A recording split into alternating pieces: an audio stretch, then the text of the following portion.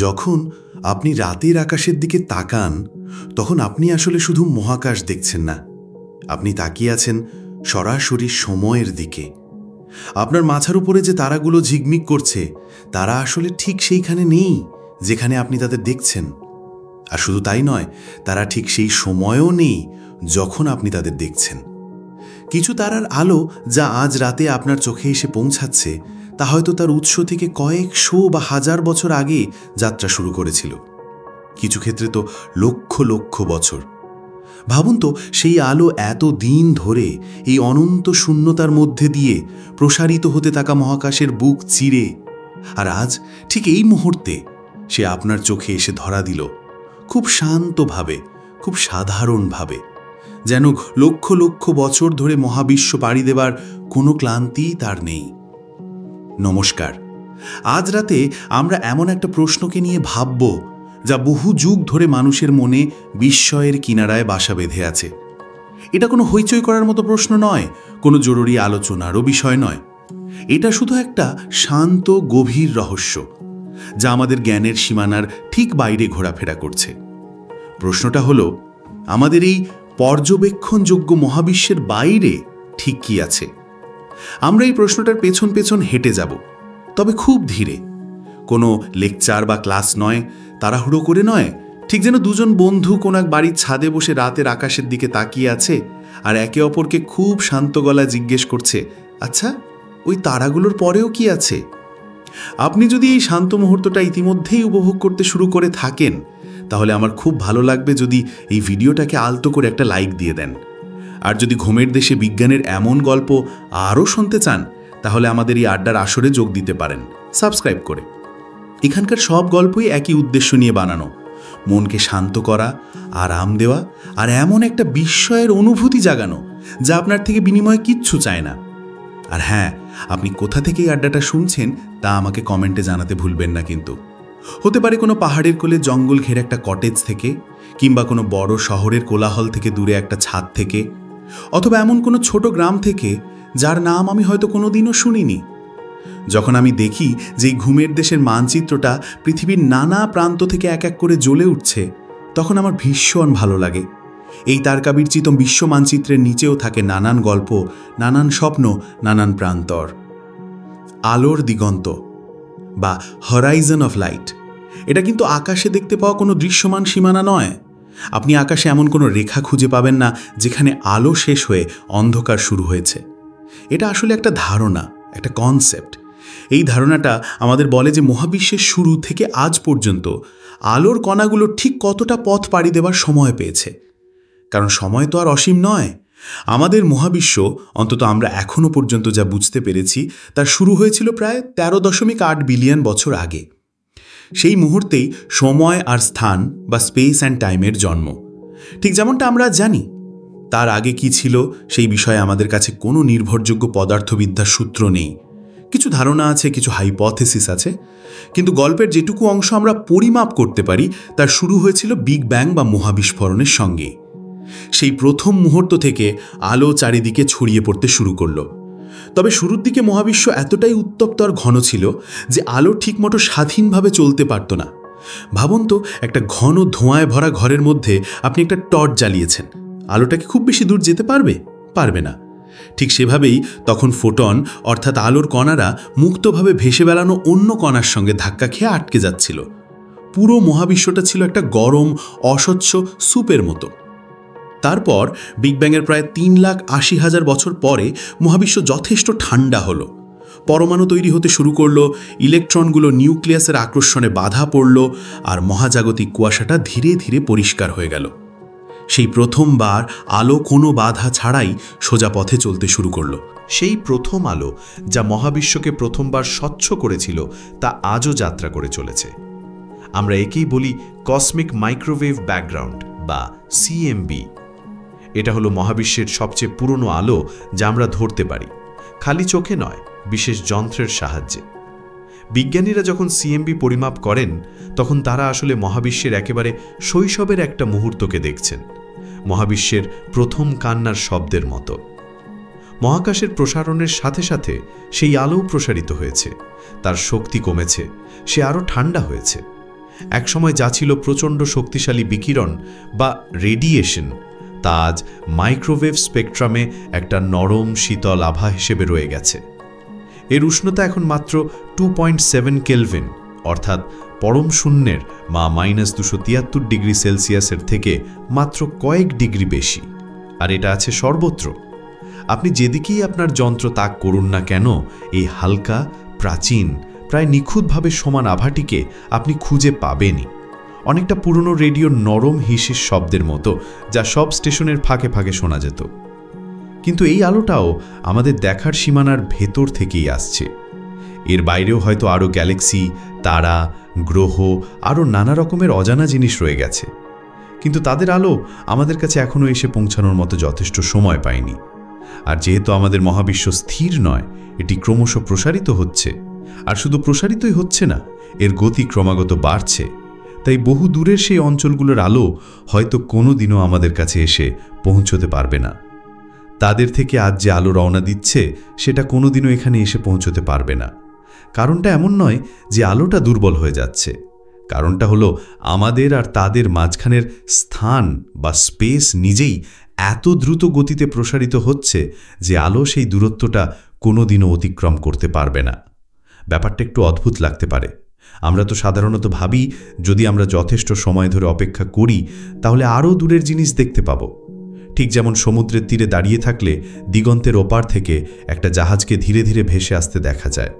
কিন্তু মহাবিশ্বের ক্ষেত্রে কিছু জাহাজ আমাদের থেকে এত দ্রুত দূরে সরে গেছে যে তাদের আলো আমাদের ছুঁতে পারছে না।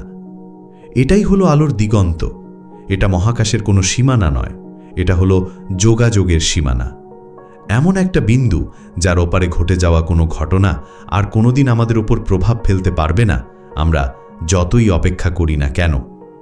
এই বিষয়টাকেই আমরা বলি পর্যবেক্ষণযোগ্য মহাবিশ্ব বা অবজারভেবল ইউনিভার্স, অর্থাৎ মহাবিশ্বের সেই অঞ্চলটা যেখান থেকে আলো তার জন্মলগ্ন থেকে আজ পর্যন্ত আমাদের কাছে এসে পৌঁছানোর সময় পেয়েছে। এটা আমাদের চারপাশে থাকা একটা গোলকের মতো। এর কারণ এমনটা নয় যে আমরা মহাবিশ্বের কেন্দ্রে বসে আছি। কারণটা হলো আমরা আমাদের নিজেদের অতীত আলোর উৎসের কেন্দ্রে রয়েছি। মহাবিশ্বের প্রতিটি পর্যবেক্ষকের নিজস্ব একটা পর্যবেক্ষণযোগ্য মহাবিশ্ব আছে। যদি এখন এই মুহূর্তে মহাবিশ্বের অন্য কোনো প্রান্তে অন্য কোনো গ্রহে কেউ শুয়ে আকাশ দেখে, তবে তার আকাশটা আমাদের থেকে আলাদা হবে। তার দেখার দিগন্তটা তাকে কেন্দ্র করেই তৈরি হবে, আর তার সীমানা আমাদেরটার সাথে মিলবে না। সে হয়তো এমনও কিছু তারা বা গ্যালাক্সি দেখবে যা আমরা কোনোদিনও দেখতে পাবো না, আর আমরাও এমন কিছু দেখব যা তার কাছে অদৃশ্য। তাহলে এই পর্যবেক্ষণযোগ্য মহাবিশ্ব ঠিক কতটা বড়? আপনি হয়তো ভাবছেন যেহেতু মহাবিশ্বের বয়স 13.8 বিলিয়ন বছর, তাই এর ব্যাসার্ধ 13.8 বিলিয়ন আলোকবর্ষ হবে। কিন্তু ব্যাপারটা এতটা সহজ নয়, কারণ যে গ্যালাক্সি থেকে আলো 13 বিলিয়ন বছর আগে রওনা দিয়েছিল, এই 13 বিলিয়ন বছরে মহাকাশের প্রসারণের কারণে সেই গ্যালাক্সিটা এখন আমাদের থেকে আরও অনেক দূরে সরে গেছে। পরিমাপ করে দেখা গেছে আমাদের পর্যবেক্ষণযোগ্য মহাবিশ্বের ব্যাসার্ধ এখন প্রায় 46 বিলিয়ন আলোকবর্ষ, অর্থাৎ এর মোট ব্যাস বা ডায়ামিটার প্রায় 93 বিলিয়ন আলোকবর্ষ। আর ভাবুন তো, এত বিশাল হওয়া সত্ত্বেও এটা শুধু সেইটুকু অংশ যা আমরা দেখতে পাই। এর বাইরেও আমরা সরাসরি না দেখতে পেলেও অনুমান করতে পারি।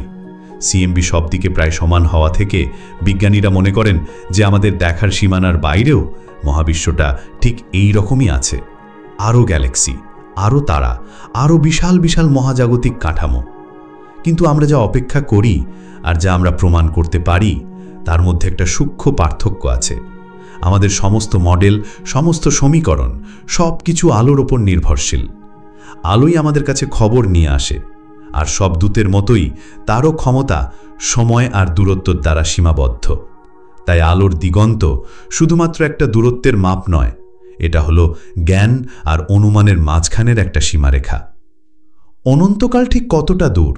এই প্রশ্নটা শুনতে খুব সহজ শোনায়, ঠিক যেমন কোনো বাচ্চা আকাশের দিকে তাকিয়ে প্রশ্নটা করছে। কিন্তু এটা এমন একটা প্রশ্ন যা নিয়ে আপনি যত ভাববেন তত এর ওজন বাড়তে থাকবে। এটা আসলে সংখ্যার প্রশ্ন নয়, এটা হলো আমরা ঠিক কী ধরনের মহাবিশ্বে বাস করছি তার প্রশ্ন। শুধু আমরা কতটুকু দেখতে পাচ্ছি তা নয়, বরং মোট কতটা আছে তা নিয়েও। আমরা প্রায়শই শুনি যে মহাবিশ্ব অসীম। বইপত্রে, ক্লাসরুমে, আড্ডায় এই শব্দটা বারবার ঘুরে আসে। কিন্তু অসীম মানে শুধু খুব বড় নয়। অসীম মানে যার কোনো সীমানা নেই, ধার নেই, কোনো শেষ নেই। এমন একটা জায়গা যা অনন্তকাল ধরে চলতেই থাকে। আমাদের মানুষের মস্তিষ্ক ঠিক এই ধারণাটা কল্পনা করার জন্য তৈরিই হয়নি। আমরা সব কিছুকে একটা ঘেরা টোপের মধ্যে দেখতে অভ্যস্ত। ঘরের দেয়াল আছে, সমুদ্রের তীর আছে, এমনকি আমাদের বিশাল গ্রহটাও গোল। আপনি এর চারপাশে ঘুরে আসতে পারেন। কিন্তু মহাকাশ হয়তো সেরকম নয়।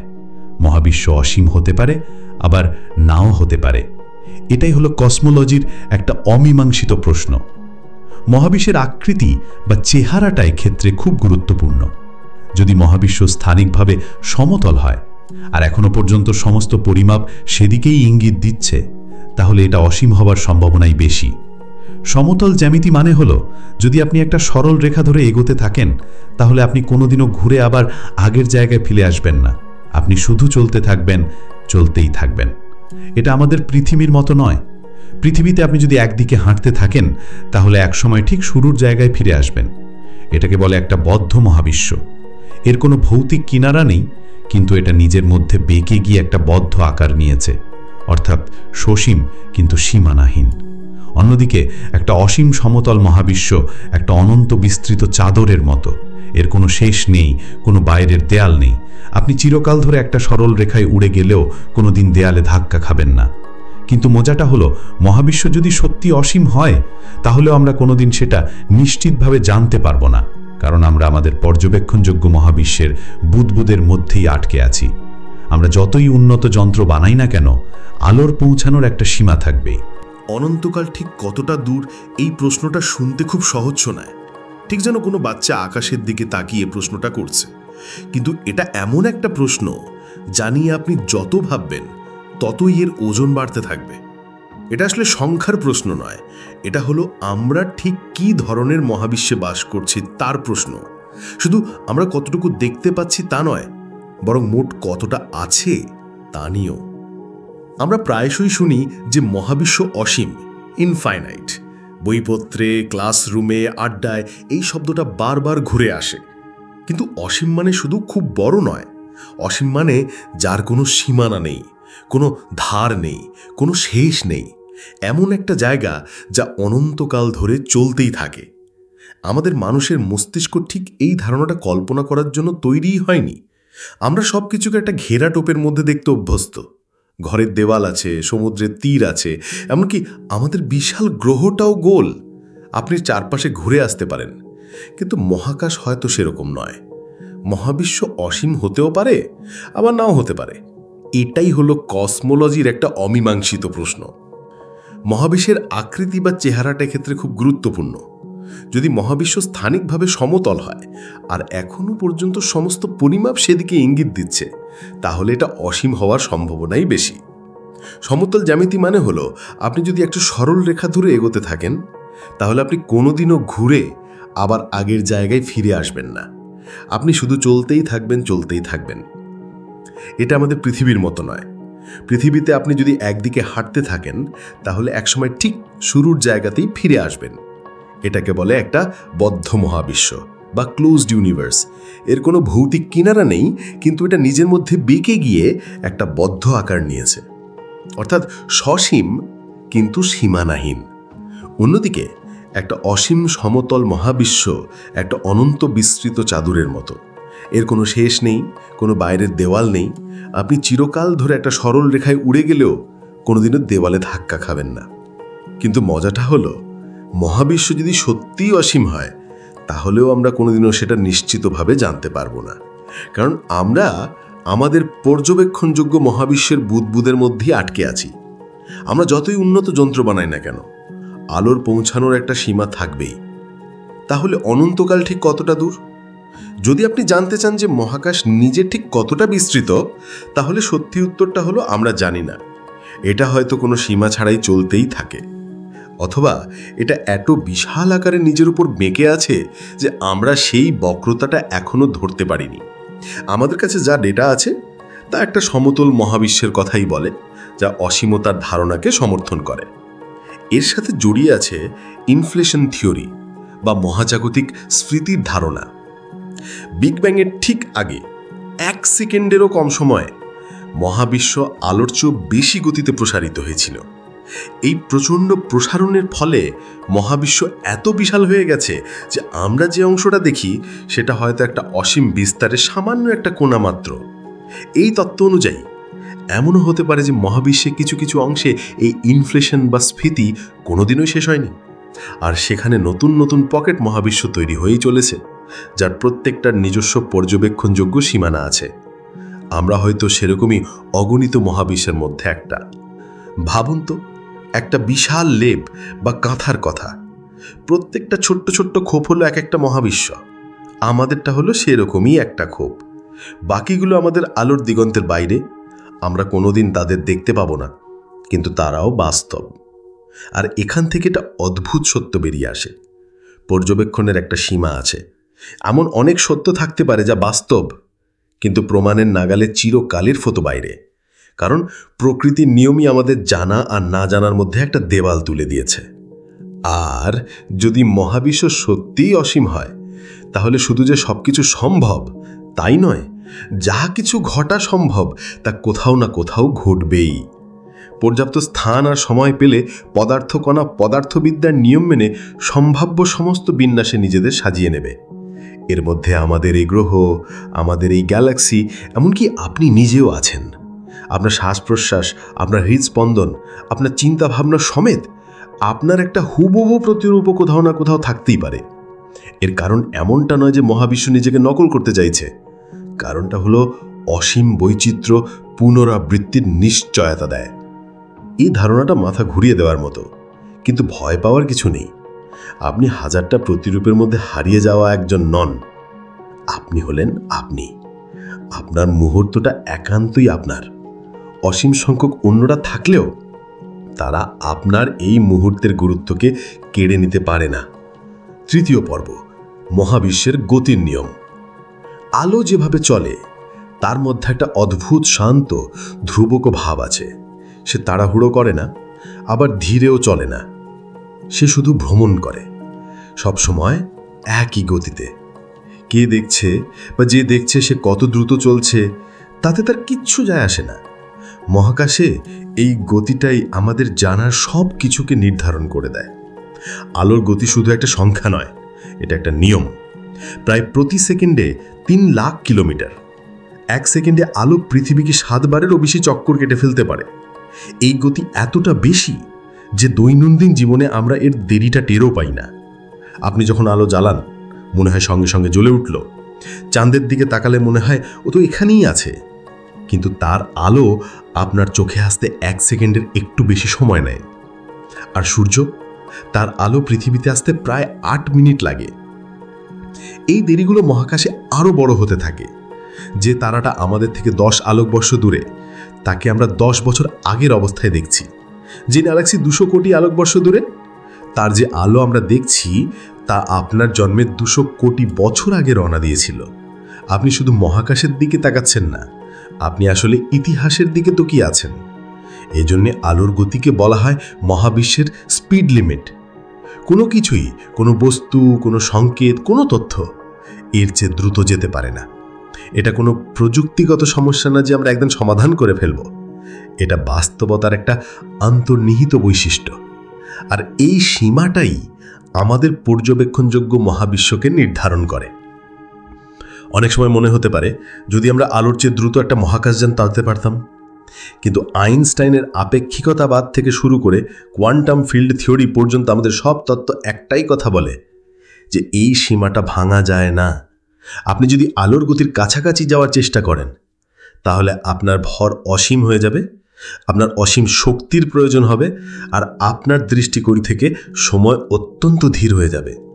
তাই যখন আমরা বলি পর্যবেক্ষণযোগ্য মহাবিশ্বের বাইরে কি আছে, তখন আমরা আসলে সময় আর এই ধ্রুবক গতি দিয়ে তৈরি একটা দিগন্তের কথা বলছি। সেই দিগন্তের ঠিক ওপারেই হয়তো তারা আছে, গ্যালাক্সি আছে, কিন্তু তাদের আলো আমাদের কাছে এসে পৌঁছানোর সময় পায়নি, আর পাবেও না। কারণ মহাকাশের প্রসারণ এই আলোর গতিকেও হারিয়ে দিচ্ছে। এক মুহূর্তের জন্য ভাবুন তো, মহাবিশ্বের এমন কিছু অংশ আছে যা আমরা চিরকালের মতো হারিয়ে ফেলেছি। এমন নয় যে তারা উধাও হয়ে গেছে, কারণ তাদের আলো আর কোনোদিন আমাদের মহাকাশের এই অংশে পৌঁছাবে না। তারা এক ধরনের চিরস্থায়ী অদৃশ্যতার জগতে চলে গেছে। এই গতির নিয়মটা সব কিছুকে আকার দেয়। এই জন্যে আমরা মহাবিশ্বের একটা অংশই শুধু দেখতে পাই। এই জন্যে আমরা যখন প্রাচীন গ্যালাক্সিগুলোকে দেখি, তাদের বর্তমান রূপে নয়, বরং বহু যুগ আগের রূপে দেখি। সেই গ্যালাক্সিগুলোর মধ্যে অনেকগুলো হয়তো আজ আর অস্তিত্বই নেই, হয়তো তারা অন্য গ্যালাক্সির সাথে ধাক্কা খেয়েছে বা ধ্বংস হয়ে গেছে, কিন্তু আমাদের আকাশে তারা আজও জ্বলজ্বল করে, কারণ তারা পাঠানোর শেষ বার্তাটা এখনও রাস্তায় আছে। আমাদের মনে হতে পারে যে মহাকাশ একটা স্থির ফাঁকা মঞ্চের মতো, যার উপর দিয়ে তারা আর গ্যালাক্সিরা ভেসে বেড়াচ্ছে। কিন্তু মহাকাশ আসলে স্থির নয়, অনড় নয়। মহাবিশ্ব নিয়ে আমরা যত গবেষণা করছি, ততই এটা স্পষ্ট হচ্ছে যে মহাকাশ নিজে কিছু একটা করছে। এটা বেড়ে চলেছে নিঃশব্দে, ক্রমাগত, কোনো কেন্দ্র ছাড়াই, কোনো কিনারা ছাড়াই। এটা কোনো কিছুর মধ্যে প্রসারিত হচ্ছে না, এটা শুধু যা কিছু এখানে আছে তাকেই আরও টেনে লম্বা করে দিচ্ছে। এই ধারণাটা প্রথমে একটু অদ্ভুত মনে হলেও এটাই হলো কসমোলজির সবচেয়ে গুরুত্বপূর্ণ আবিষ্কারগুলোর মধ্যে একটা। মহাবিশ্ব প্রসারিত হচ্ছে, এটা কোনো তত্ত্ব নয়, এটা একটা পরিমাপ করা বাস্তব। আমরা এটা দেখতে পাই গ্যালাক্সিদের চলাচলের মধ্যে। তারা কিন্তু রকেটের মতো মহাকাশের মধ্যে দিয়ে উড়ে যাচ্ছে না, তাদের মাঝখানের স্থান নিজেই বড় হয়ে যাচ্ছে।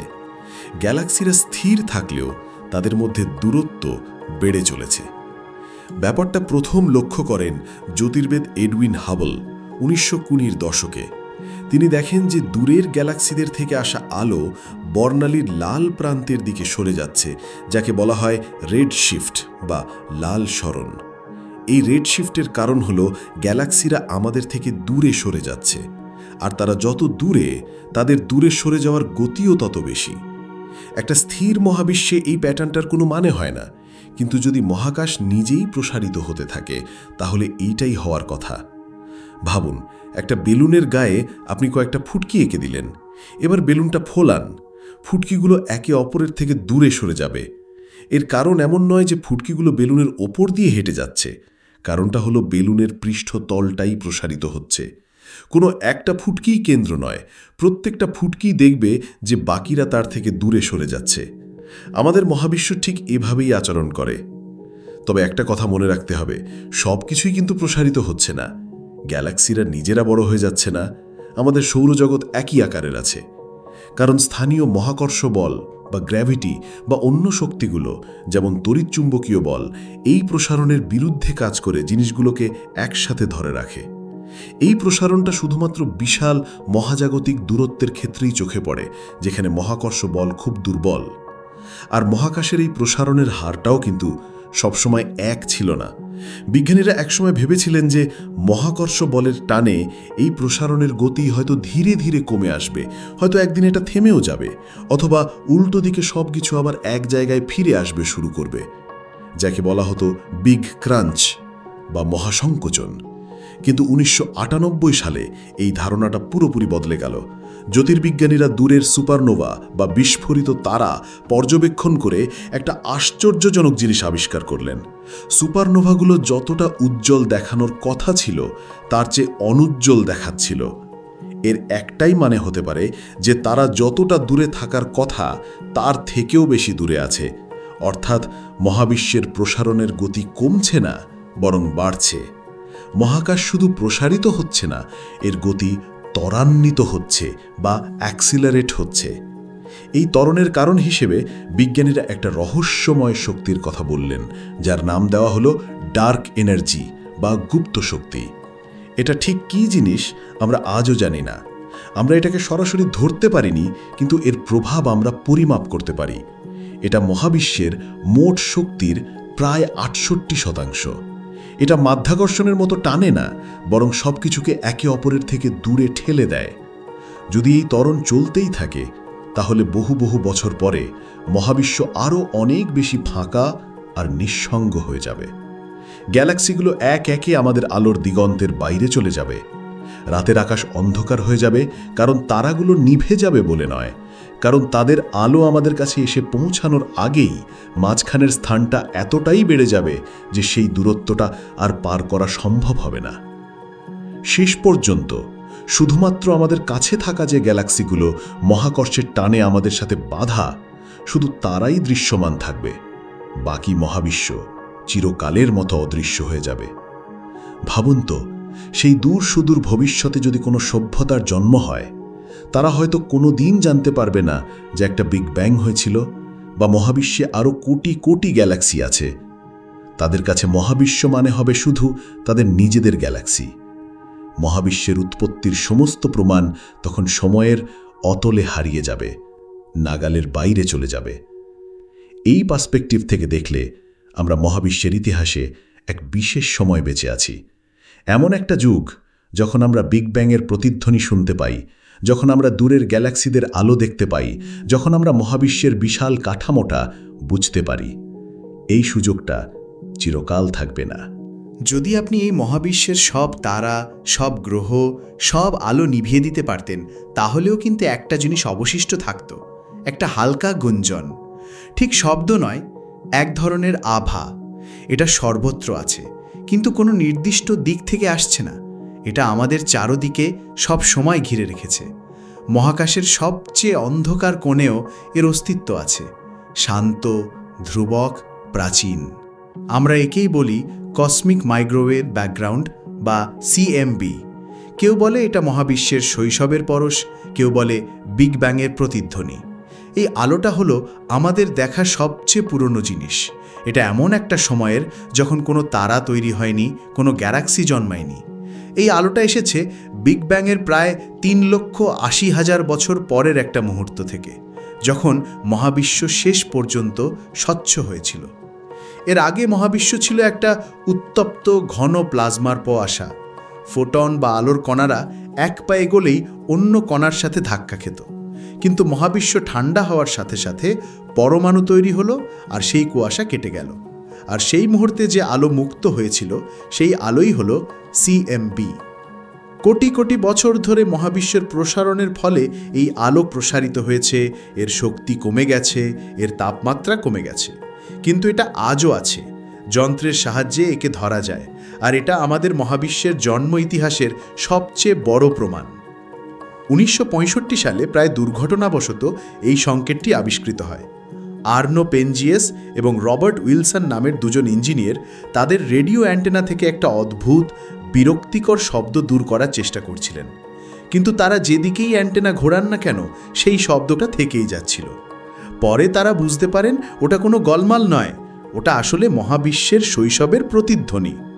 তারপর থেকে আমরা এই সিএমবিকে অনেক বিস্তারিতভাবে ম্যাপ করেছি। আর সেই ম্যাপে আমরা দেখেছি খুব সূক্ষ্ম তাপমাত্রার পার্থক্য। এই পার্থক্যগুলো এতটাই সামান্য যে 1,00,000 ভাগের 1 ভাগ মাত্র। কিন্তু এই ক্ষুদ্র পার্থক্যগুলোই ছিল ভবিষ্যতের বীজ। যেখানে তাপমাত্রা একটু বেশি ছিল, সেখানে পদার্থ কণা বেশি জমাট বেঁধেছে, আর কালক্রমে সেখানেই তৈরি হয়েছে গ্যালাক্সি। আর যেখানে ঘনত্ব কম ছিল, সেখানে তৈরি হয়েছে বিশাল শূন্যস্থান বা ভয়েড। ভাবতে অবাক লাগে, আজকের মহাবিশ্বের এই যে বিশাল গ্যালাক্সির জাল, তার শুরু হয়েছিল এই প্রাচীন আলোর মধ্যে লুকিয়ে থাকা কয়েকটা অদৃশ্য তরঙ্গ থেকে। আর এই তরঙ্গগুলো কিন্তু হঠাৎ করে তৈরি হয়নি। এগুলোর উৎস ছিল মহাবিশ্বের একেবারে শুরুর মুহূর্তে ঘটে যাওয়া কোয়ান্টাম ফ্লাকচুয়েশনস, অর্থাৎ শক্তির খুব সামান্য আকস্মিক পরিবর্তন, যা ইনফ্লেশনের সময়ে প্রসারিত হয়ে মহাজাগতিক আকার ধারণ করেছিল। তাই যখন আমরা সিএমবির দিকে তাকাই, আমরা শুধু মহাবিশ্বের প্রথম আলোই দেখি না, আমরা তারও আগের সময়ের পদার্থবিদ্যার ছাপ দেখতে পাই। এরপর ষষ্ঠ পর্ব, মহাবিশ্বের কিনারার খোঁজে। মহাবিশ্বের কথা ভাবলেই আমাদের মনে একটা ছবি ভেসে ওঠে, হয়তো একটা বিশাল গোল বল বা একটা চ্যাপ্টা থালার মতো। আর তখন মনে প্রশ্ন জাগেই যে এর কি কোনো শেষ আছে, কোনো কিনারা, কোনো দেওয়াল? এই প্রশ্নটা বহু পুরানো, কিন্তু পদার্থবিদ্যা আর পর্যবেক্ষণ আমাদের শেখায় যে কিনারা বা এজ ধারণাটা মহাবিশ্বের ক্ষেত্রে হয়তো খাটেই না। আমাদের মহাবিশ্বের কোনো দৃশ্যমান কিনারা নেই। আপনি যদি একটা সরল রেখা ধরে অনন্তকাল ধরেও চলতে পারেন, আপনি কোনো দেওয়ালে গিয়ে ধাক্কা খাবেন না। মহাকাশ হয় চলতেই থাকবে, অথবা তার আকৃতির কারণে বেঁকে গিয়ে আবার শুরুর জায়গায় ফিরে আসবে। কিন্তু কোনো শেষ সীমানা নেই। অনেকের মনে হতে পারে যা কিছুর শুরু আছে তার তো শেষও থাকতে হবে, কিন্তু মহাবিশ্বের শুরু বা বিগ ব্যাং কোনো খালি জায়গার মধ্যে ঘটা বিস্ফোরণ ছিল না। এটা ছিল স্থান বা স্পেসেরই জন্ম। মহাবিশ্ব কোনো কিছুর মধ্যে প্রসারিত হয়নি, এটা নিজে নিজের মধ্যে প্রসারিত হয়েছে। অনেকটা একটা বেলুনের মতো, যা ফোলানোর সময় তার পৃষ্ঠতলটা বাড়ে, কিন্তু সে কোনো বাইরের খালি জায়গায় বেড়ে ওঠে না। তাহলে মহাবিশ্বের আকৃতিটা কেমন? আগেই বলেছি, এটা হতে পারে অসীম এবং সমতল, অথবা হতে পারে সসীম কিন্তু সীমানাহীন, ঠিক একটা গোলকের পৃষ্ঠতলের মতো। এখনও পর্যন্ত আমাদের সমস্ত পর্যবেক্ষণ ইঙ্গিত দেয় যে মহাবিশ্ব প্রায় নিখুঁতভাবে সমতল। এর মানে হতে পারে যে এটি সত্যিই অসীম, অথবা এটা এতটাই বিশাল যে এর বক্রতা আমরা মাপতে পারছি না। যদি এর কোনো কিনারা থাকতো, তাহলে তার বাইরে কি থাকতো? এই প্রশ্নটাই আসলে অবান্তর, কারণ মহাবিশ্ব কোনো কিছুর ভিতরে নেই, স্থানই হলো সেই পাত্র। এর কোনো বাইরে নেই। সপ্তম পর্ব, বহু মহাবিশ্ব, বিজ্ঞান না কল্পনা? যদি আমাদের মহাবিশ্ব এতই বিশাল হয়, যদি ইনফ্লেশনের কারণে আমাদের দেখার বাইরেও আর অনন্ত জায়গা থাকতে পারে, তাহলে পরের প্রশ্নটা স্বাভাবিকভাবেই মনে আসে, অন্য মহাবিশ্ব কি থাকতে পারে? শুধু আমাদের মহাবিশ্বের দূরবর্তী অংশই নয়, বরং সম্পূর্ণ আলাদা জগৎ, যেখানে হয়তো পদার্থবিদ্যার নিয়মকানুনও আলাদা। এই ধারণাটাকেই বলা হয় মাল্টিভার্স বা বহু মহাবিশ্ব। একসময় এটা শুধু কল্পবিজ্ঞানের গল্পেই সীমাবদ্ধ ছিল, কিন্তু ইনফ্লেশন থিওরির মতো মডেলগুলো উন্নত হওয়ার সাথে সাথে এটা এখন একটা গম্ভীর আলোচনার বিষয় হয়ে উঠেছে। আগেই যেমন বলেছি, ইনফ্লেশন থিওরির কিছু ভার্সন অনুযায়ী ইনফ্লেশন বা স্ফীতি সব জায়গায় একসাথে শেষ হয় না, এটা জায়গায় জায়গায় থামে এবং বুদবুদের মতো এক একটা মহাবিশ্ব তৈরি করে। কিন্তু এই বুদবুদগুলোর মাঝখানে স্থানটা ক্রমাগত প্রসারিত হতেই থাকে, যা থেকে আরও নতুন নতুন বুদবুদ বা মহাবিশ্বের জন্ম হয়। এই প্রক্রিয়াটাকে বলা হয় ইটারনাল ইনফ্লেশন। এই ছবিটা অনুযায়ী আমাদের মহাবিশ্ব হলো একটা বিশাল ফেনার সমুদ্রের মধ্যে একটা সামান্য বুদবুদ। আর যদি এই মডেলটা ঠিক হয়, তাহলে এই বহু মহাবিশ্বের ধারণাটা শুধু সম্ভবই নয়, এটা প্রায় অনিবার্য। কিন্তু এখানে একটা বড় সমস্যা আছে। এই অন্য মহাবিশ্বগুলো আমাদের নাগালের সম্পূর্ণ বাইরে। তাদের মাঝখানে স্থানটা এত দ্রুত বাড়ছে যে কোনো আলো বা কোনো সংকেত কোনো দিন এক বুদবুদ থেকে অন্য বুদবুদে যেতে পারবে না। অর্থাৎ এগুলো পর্যবেক্ষণযোগ্য নয়, শুধু কার্যপ নয়, নীতিগতভাবেও নয়। আর এখানেই প্রশ্ন ওঠে, বিজ্ঞান কি এমন কোনো কিছু নিয়ে আলোচনা করতে পারে যা পরীক্ষা করা অসম্ভব? এই বিতর্কের কোনো সহজ সমাধান নেই। কিছু বিজ্ঞানী বলেন, যদি একটা মডেল যেমন ইনফ্লেশন আমাদের মহাবিশ্বের অনেকগুলো পর্যবেক্ষণযোগ্য জিনিসকে খুব সুন্দরভাবে ব্যাখ্যা করতে পারে, এবং সেই একই মডেল যদি মাল্টিভার্সের কথাও বলে, তাহলে আমাদের সেই ধারণাটাকেও গুরুত্ব সহকারে নেওয়া উচিত। অন্যদিকে কিছু বিজ্ঞানী মনে করেন, যে তত্ত্বকে কোনোভাবেই পরীক্ষা বা ভুল প্রমাণ করা যায় না, তা বিজ্ঞানের আওতায় পড়ে না। তা দর্শন বা গণিত হতে পারে, কিন্তু তাকে পরীক্ষামূলক বিজ্ঞান বলা চলে না। তাদের মতে বিজ্ঞান পর্যবেক্ষণযোগ্য জগতের সীমানাতেই শেষ হয়ে যায়। এই বিতর্কটা আজও চলছে। এটা পদার্থবিদদের চেয়ে বেশি করে বিজ্ঞানের দর্শন নিয়ে প্রশ্ন তোলে। প্রমাণের সংজ্ঞা কি? একটা তথ্যের পরোক্ষ সমর্থন কি তার অদৃশ্য অংশকে বিশ্বাস করার জন্য যথেষ্ট? তবে মাল্টিভার্সের ধারণাটা আমাদের চিন্তাভাবনাকে একটা নতুন দিশা দেখায়। এটা আমাদের মনে করিয়ে দেয় যে আমাদের দৃষ্টিভঙ্গি হয়তো শুধু দূরত্ব দিয়েই সীমাবদ্ধ নয়, কাঠামোর দ্বারাও সীমাবদ্ধ। আমরা যে নিয়মকানুনগুলোকে ধ্রুব সত্য বলে জানি, সেগুলো হয়তো একমাত্র নিয়ম নয়। আমাদের এই চেনা জগৎ হয়তো আরও অনেক বড় এবং বৈচিত্র্যময় একটা ব্যবস্থার সামান্য একটা অংশ। আমরা জানতে পারলাম যে মহাবিশ্বের বেশিরভাগটাই আমাদের নাগালের বাইরে। এমনটা নয় যে তার অস্তিত্ব নেই, কিন্তু সেখান থেকে আলো কোনোদিন আমাদের কাছে এসে পৌঁছবে না। মহাকাশের প্রসারণের গতি তাদের চিরকালের জন্য আমাদের থেকে দূরে সরিয়ে নিয়ে যাচ্ছে। সেই অদৃশ্য জগতে কি আছে? আমাদের চেনা জগতের মতোই গ্যালাক্সি, তারা, নাকি এমন কিছু যা আমরা কল্পনাও করতে পারি না? তা আমরা কোনোদিন হয়তো জানতে পারবো না।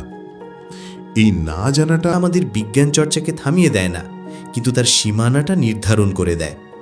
আমরা যা দেখতে পাই তার ওপর ভিত্তি করে সেই প্যাটার্নগুলোকে বুঝে আমরা অদৃশ্যের ছবি আঁকার চেষ্টা করি।